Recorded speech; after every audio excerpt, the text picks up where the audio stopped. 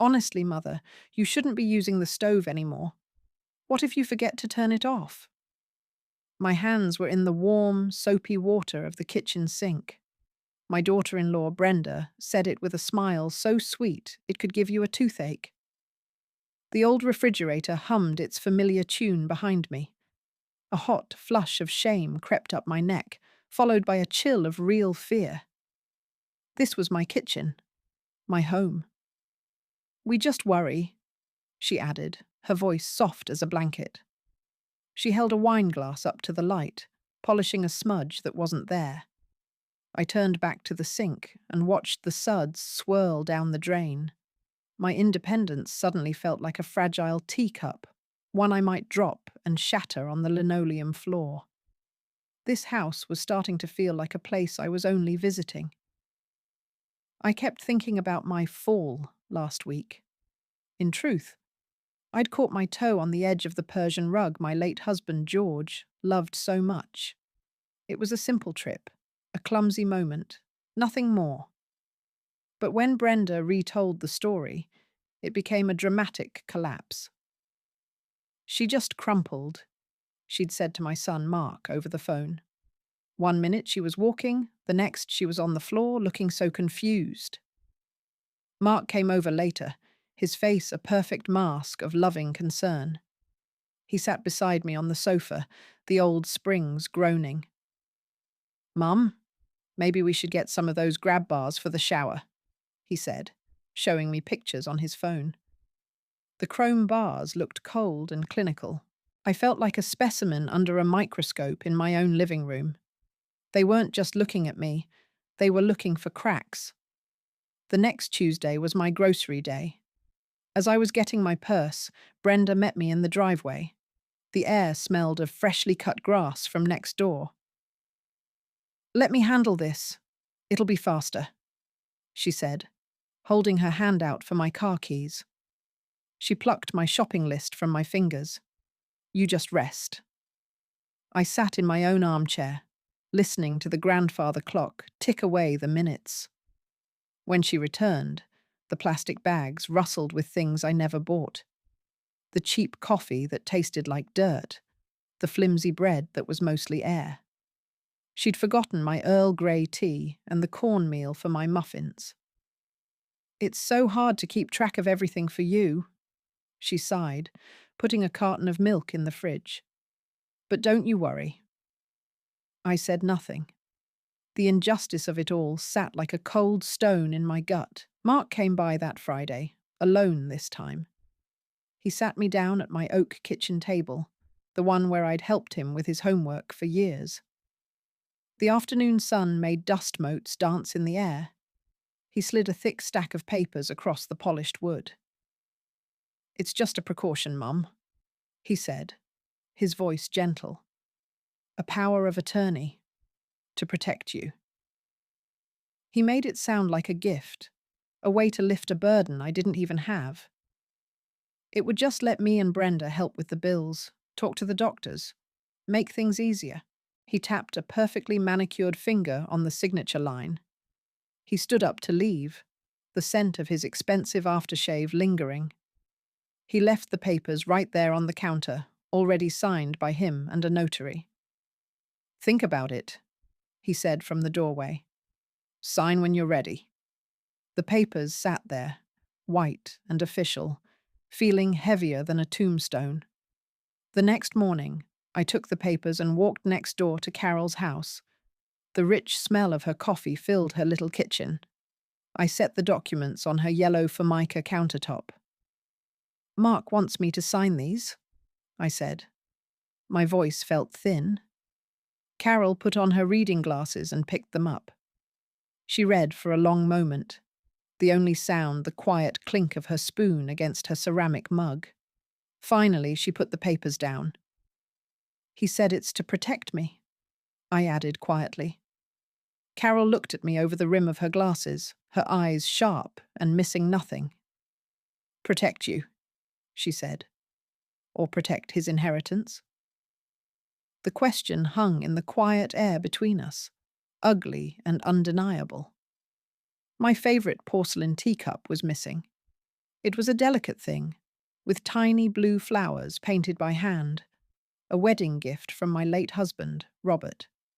It always sat on the second shelf of the glass front cabinet, right next to the sugar bowl. Now there was just an empty space. I opened the cabinet door and ran my hand along the smooth wood, my heart starting to beat a little too fast. I checked the kitchen counter. I checked the draining rack by the sink. Nothing. Brenda let herself in with the key I should have taken back months ago. "Looking for something, Eleanor?" she asked, her voice syrupy.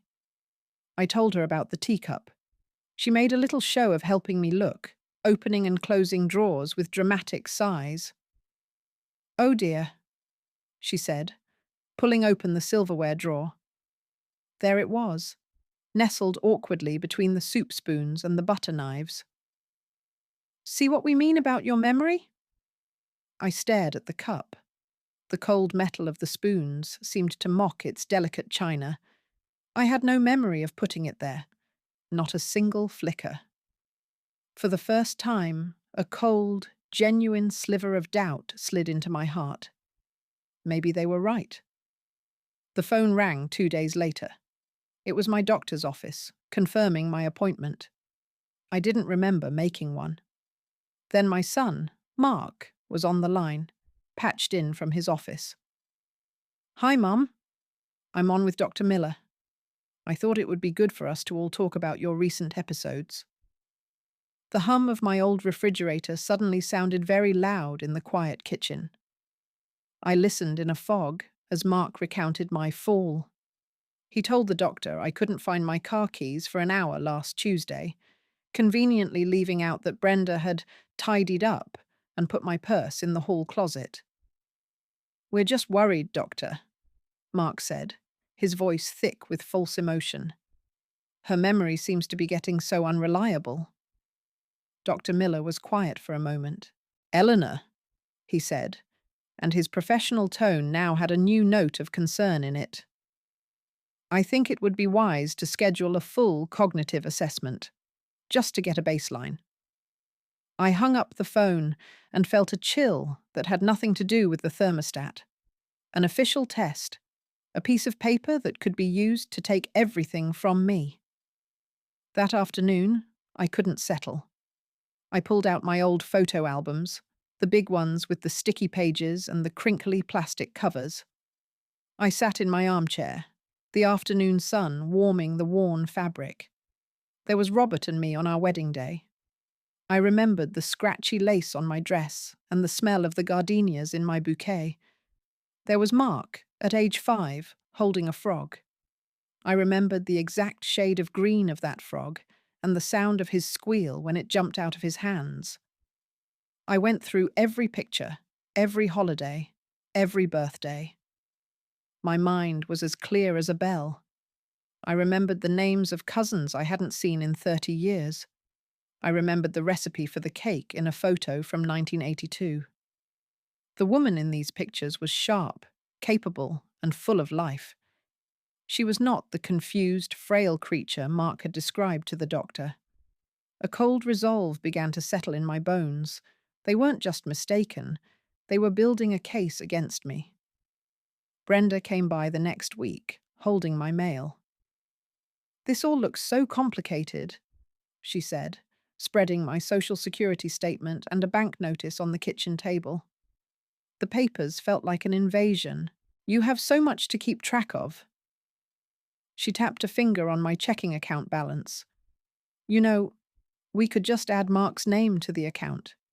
It would make everything so much easier. He could help you pay the bills." She looked up at me, a bright, helpful smile plastered on her face. But her eyes were different. They were hard and shiny, like a bird's eyes. They were fixed on the numbers on the page. "That's very kind of you, dear," I said, my voice calm and even. "But I'm managing just fine." Her smile tightened for just a second, a flicker of annoyance. It was the first time the mask had slipped. I went to my church potluck on Thursday. I came home feeling warm and happy, carrying my empty casserole dish. The house was quiet when I walked in, but something felt wrong. My eyes scanned the living room, and then I saw it. On the mantelpiece, right next to a photo of Robert, was a little black box with a single dark lens. An eye. It hadn't been there this morning. The phone rang, and I knew who it would be. "Hi, Mum," Mark said, his voice offensively cheerful. "Brenda and I just stopped by to drop something off. It's a safety monitor. That way we can check in and make sure you're okay." I looked at the little camera staring at me. It wasn't there for my safety. It was there for their surveillance. My home was no longer my own. It was a fishbowl. This was the final straw. I found the camera's instruction manual stuffed deep in the kitchen trash, under some coffee grounds and an eggshell. I pulled it out and wiped it clean with a paper towel. The booklet was tiny, full of diagrams I couldn't understand at first. It mentioned something called a cloud server and a voice-activated recording feature. I took a deep breath, the smell of stale coffee filling my nose. I fetched my old tablet from the bedroom, the one my grandchildren only used for games when they visited. It took me 3 hours, squinting at the little screen and pressing the wrong buttons over and over. But finally, I figured out how to log in. I saw a live view of my own empty mantelpiece. I felt a little spark inside me, a flicker of the woman who used to be able to fix a leaky faucet or balance a checkbook down to the penny. The woman who could figure anything out. The next time Mark and Brenda came over, I was ready. Brenda brought a bag of groceries I didn't ask for. "We were just worried you weren't eating right, Mum," she said, unpacking a carton of skim milk. I hated skim milk. "How thoughtful," I said. Later, as we sat in the living room, I started my performance. "So, how is little, Sarah?" I asked, looking at Mark. His daughter's name is Emily. "It's Emily, Mum," he said gently, exchanging a look with Brenda. "Right, Emily," I murmured. A few minutes later, I asked him again how Sarah was doing. I saw Brenda press her lips together. I stood up slowly. "Time for my pills," I announced, making sure I was in the camera's view before I shuffled off to the kitchen. Later that night, long after they'd gone, I sat in the dark and listened to the recording. I could hear the rustle of their jackets, then Brenda's hushed voice. "She's getting so much worse, Mark. We have to do something." During their next visit, I made a big show of being tired. After lunch, I settled into my favorite armchair with my crocheting in my lap and closed my eyes. The hum of the refrigerator was a steady comfort. I let my breathing become deep and even, my hands still in my lap. I heard them get up and carry their coffee cups to the kitchen, thinking I was asleep. They started talking in low voices, but the camera on the mantelpiece was designed to pick up every sound. I didn't move a muscle. I just listened to the quiet clink of spoons against ceramic and the murmur of their voices.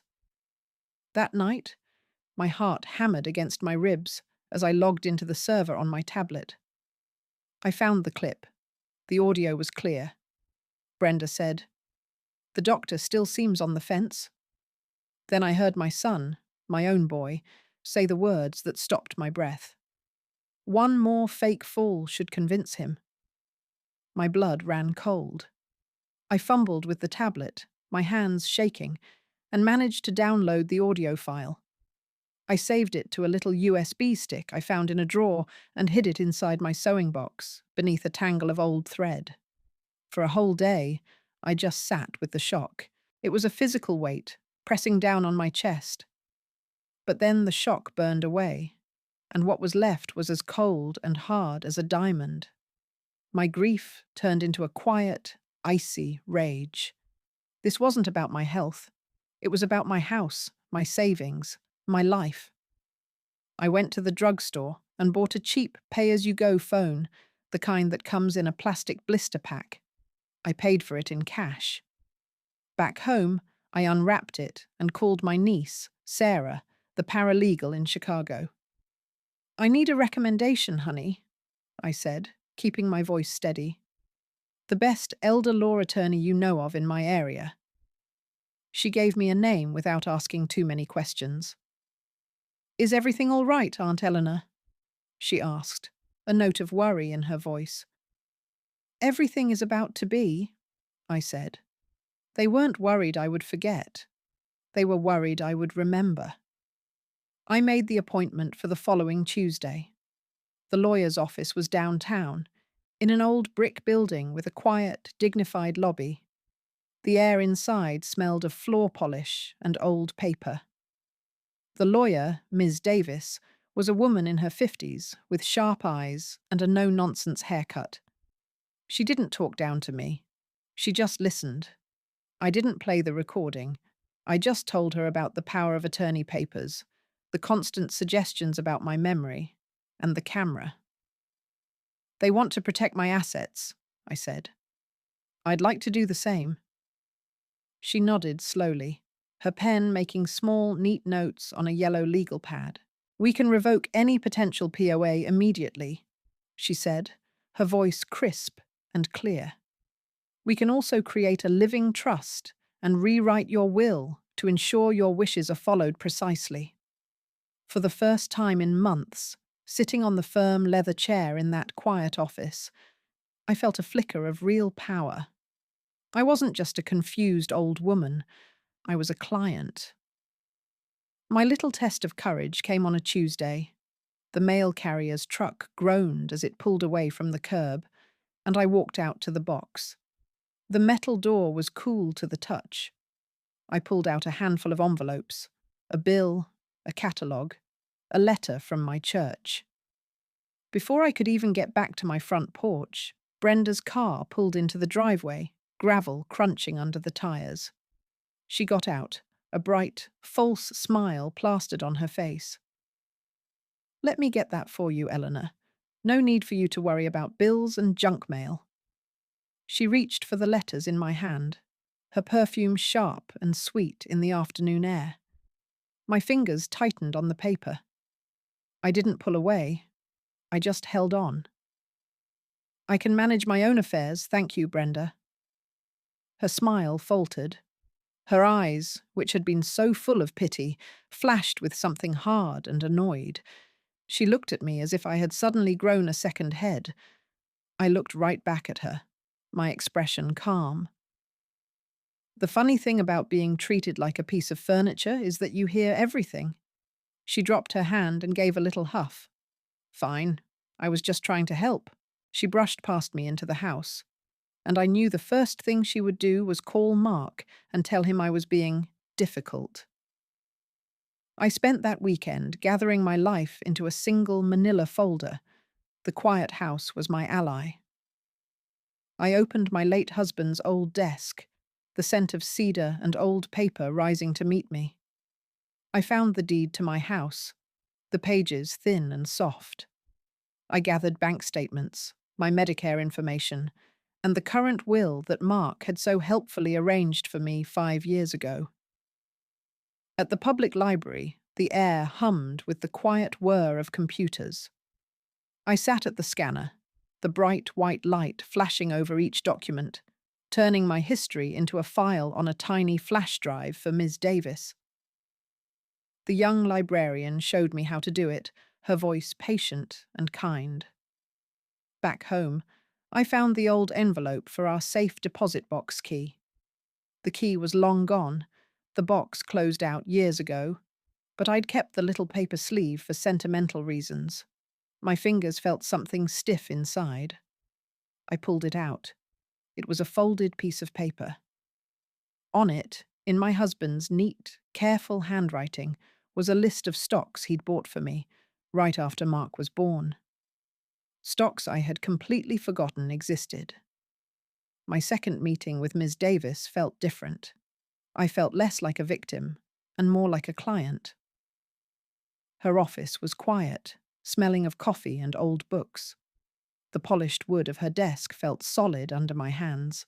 She had reviewed the copies of my documents and listened as I told her about the forgotten stocks. "We can have these valued immediately," she said, her voice crisp and professional. "Now, for the trust. The house and the majority of your assets, including these stocks, will go into it. You will be the sole beneficiary during your lifetime. After that, it passes to your niece." I took a slow breath. "And my son?" I asked, my voice steady. "We will leave him $1, Ms. Davis said, looking at me directly. "This makes it legally clear that he was not forgotten, but intentionally disinherited. It makes a will much harder to contest." She slid a thick stack of papers and a heavy black pen across the desk. A final decision, waiting for my signature. That night, I sat in my favorite armchair as the evening light turned the room a soft grey. I took the small black Bluetooth speaker I'd bought at the drugstore out of its box. I plugged the flash drive into my tablet, found the audio file, and transferred it. A small icon appeared on the screen. I pressed a button on the speaker. It made a quiet electronic beep. I connected it to the tablet. Then, my finger hovering for just a moment, I pressed play. Mark's voice, hushed and ugly, filled my quiet living room. "One more fake fool should convince the doctor." I hit stop. The silence that followed was heavy. I felt like a general planning a campaign. I rehearsed it all in my mind, walking to the sideboard, picking up the speaker, and pressing the single, simple button. All I needed now was for them to spring their trap. The phone rang on Thursday afternoon, its shrill sound cutting through the peace. I looked at the caller ID. It was Mark. I let it ring 3 times before picking it up. "Mum?" he said, his voice dripping with that fake, sticky concern. "How are you feeling?" "Listen, I just wanted to remind you that the family is coming for dinner on Sunday. Brenda and I think it's really time we all sat down and had a talk about your future." This was it. The ambush. The talk, where they would break me down with their love and concern until I signed my life away. The grandfather clock in the hall ticked loudly in the silence. "That sounds lovely, dear," I said, my voice as smooth as cream. I let him talk for another minute, making soothing noises at the right times. As he was about to hang up, I added one final thing. "I'll bake an apple pie," I told him. He said that was wonderful, that he loved my pie. I hung up the phone, my hand perfectly steady. The battle was coming to my home, and I would be ready for it. I spent all of Saturday baking. The house was quiet, except for the hum of the refrigerator and the gentle thud of the apple peeler in my hand. The familiar motions calmed my nerves. Peeling the apples, slicing them thin, tossing them with cinnamon and sugar. My hands knew this recipe better than they knew my own face in the mirror some mornings. My kitchen filled with the warm scent of butter and spice. It smelled like home. My home. The pie came out of the oven perfect, the crust a golden brown, the filling bubbling gently at the edges. It was a work of art, a symbol of my mind, clear and capable. On Sunday morning, I drove to the 24-hour notary service I'd found near the hospital. The man behind the plexiglass window looked tired, but he was efficient. I signed the new trust documents, my signature firm and clear. He pressed down hard with his stamp. The sound echoed in the small office. It was done. Back home, I took the small black speaker from its box and placed it on the dining room sideboard. I arranged a vase of silk hydrangeas in front of it, hiding it completely. I looked around my dining room, at the polished table and the waiting chairs. I was ready. The doorbell rang at precisely 6 o'clock. Mark and Brenda stood on the porch, wearing their best concerned faces. Brenda held a casserole dish covered in foil. "We brought dinner, Mum," she said, her voice dripping with pity. So you wouldn't have to worry about a thing. I smiled. How thoughtful, Brenda. I made a roast chicken. I took the casserole from her. It was lukewarm. I served the meal on my best china, the plates my husband and I had received for our wedding. They fussed over me, pulling out my chair, cutting my chicken into small pieces on my plate as if I were a toddler. They spoke to me slowly, loudly. The performance was sickening, but I just smiled serenely and ate my dinner. After the plates were cleared, Mark folded his hands on the table. He cleared his throat. Mum, we've been talking, he began, the same opening line he'd used since he was a teenager asking for the car keys. He launched into a speech about my failing memory. He mentioned the teacup, the missed appointment, the fall in the hallway. He used words like safety and responsibility. He said it was a difficult decision, but it had to be made for my own good. Beside him, Brenda nodded sadly.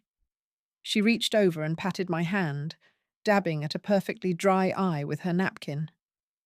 They laid out their plan like they were presenting a business proposal. I would sign the power of attorney he'd left on my counter. It was already filled out, just needed my signature. Then, we would go to the bank on Monday and add his name to my checking and savings accounts. Just to make paying bills easier for you, Mum, Brenda chirped. The final piece was the stack of glossy brochures Mark pulled from his briefcase. And we can start looking at some lovely assisted living options nearby. It was a death sentence for my independence, delivered with a compassionate smile. I let them finish, the silence growing heavy in the room. I took a slow, deliberate sip of water, my hand perfectly steady. Thank you for your concern, I said, my voice perfectly even. Your timing is interesting. I have something I'd like to share as well. I pushed my chair back from the dining room table. The legs made a soft scraping sound on the wood floor. I walked to the sideboard, my back straight, feeling their eyes on me. I picked up the small black speaker and placed it in the very center of the table, right next to the salt shaker. I looked at Mark. His face was a mixture of confusion and impatience. He opened his mouth to say something, but I held up a hand.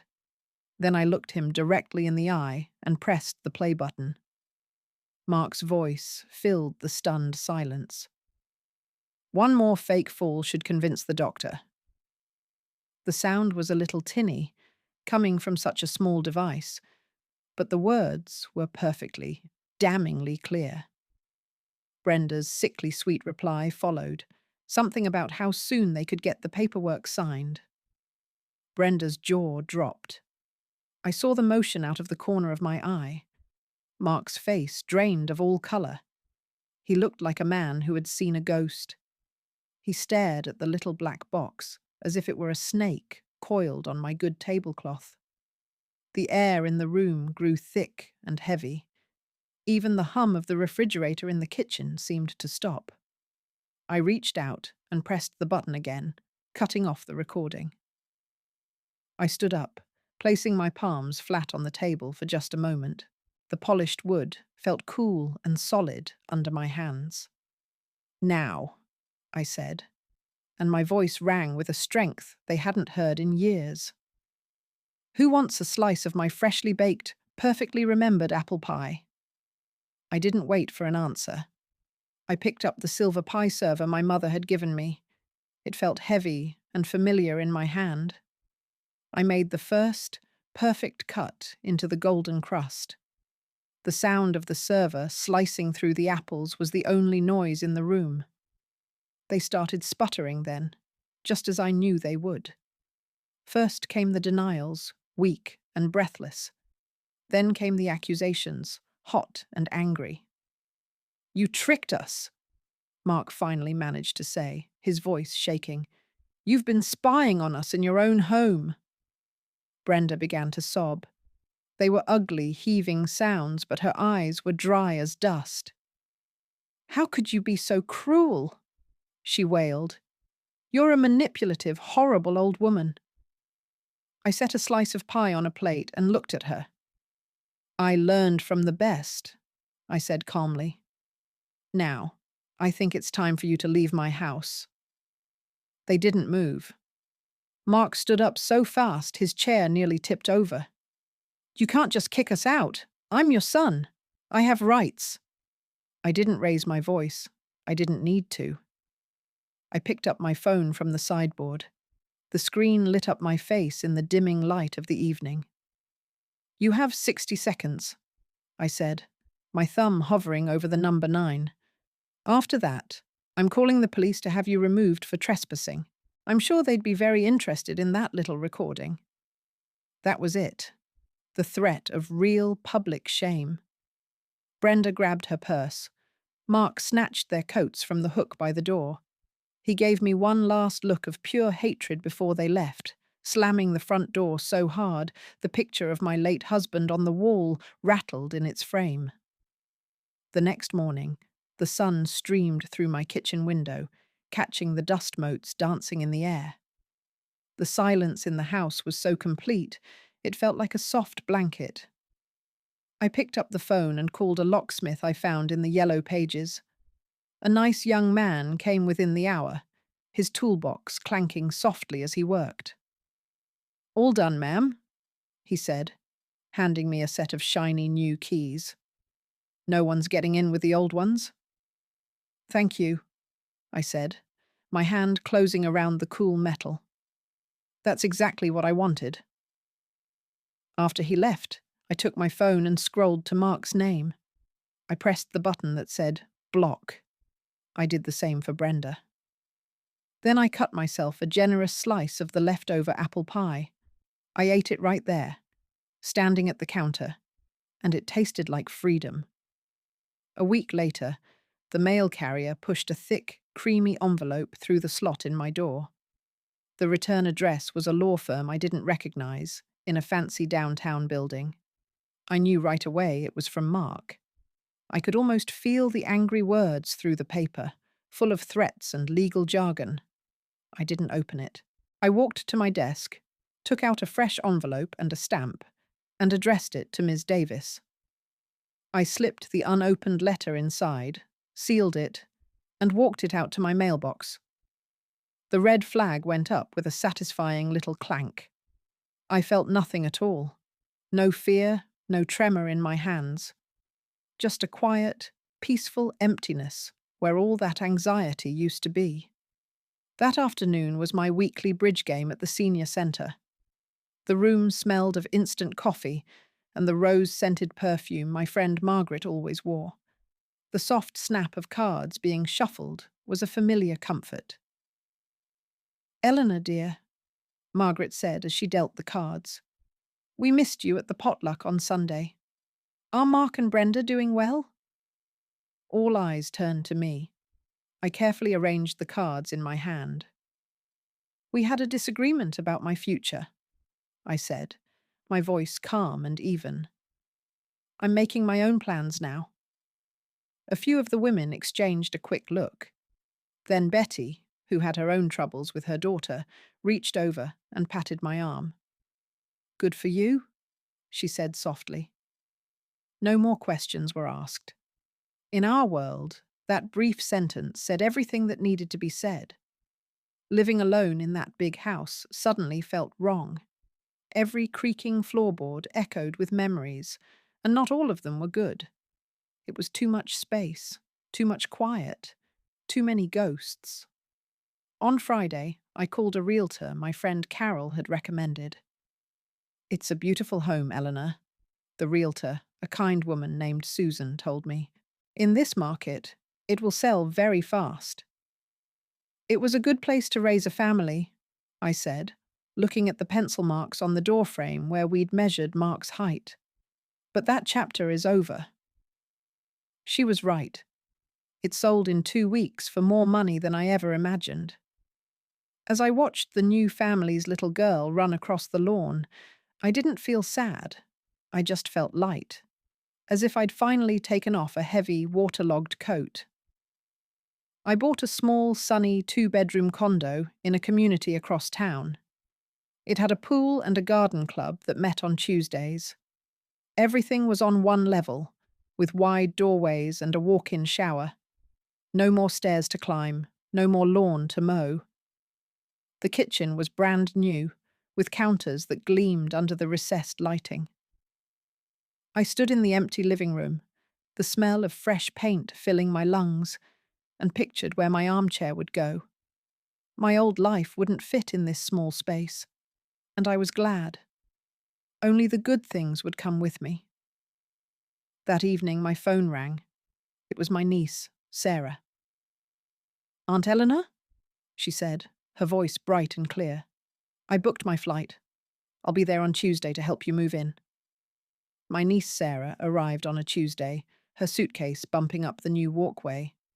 The air smelled of fresh paint and potting soil. We spent the week unpacking boxes, and she never once treated me like I was fragile.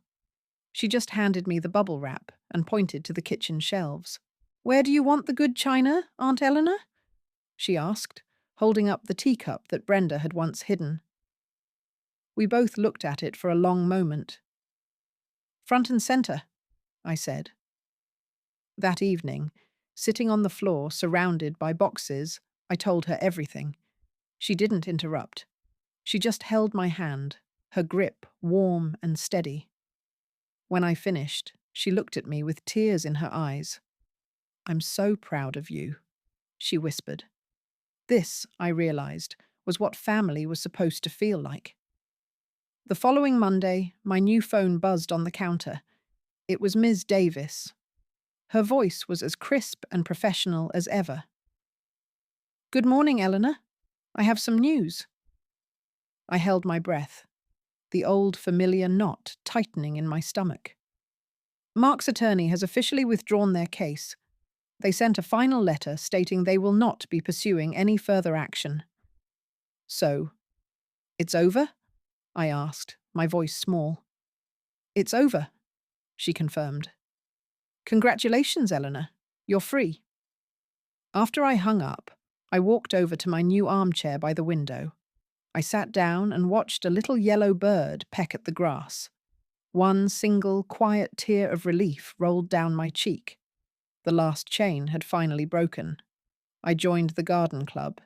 My hands, which Mark and Brenda had said were too shaky to hold a pot, were steady enough to plant a row of magnificent roses. On Thursdays, I started volunteering at the library. I'd sit in the little wooden chair in the children's section, the book open on my lap, and the little bear found his way all the way home, I'd read, and a dozen small faces would look up at me, their eyes wide. One of the other volunteers, a woman named Jean, patted my arm after a session. "You're a natural at this, Eleanor. The children adore you." I just smiled. My days were full, and they were finally, completely, my own. A week before my 73rd birthday, a card arrived. I recognized Mark's blocky, impatient handwriting on the envelope immediately. I held it up to the light. I could see the stiff rectangle of a check inside. A part of me, the old part, wanted to tear it open, to see how much my son thought my forgiveness was worth.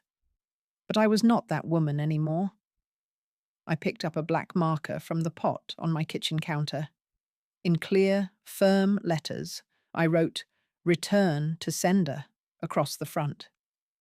I dropped it in the outgoing mail slot at the community clubhouse without a second thought.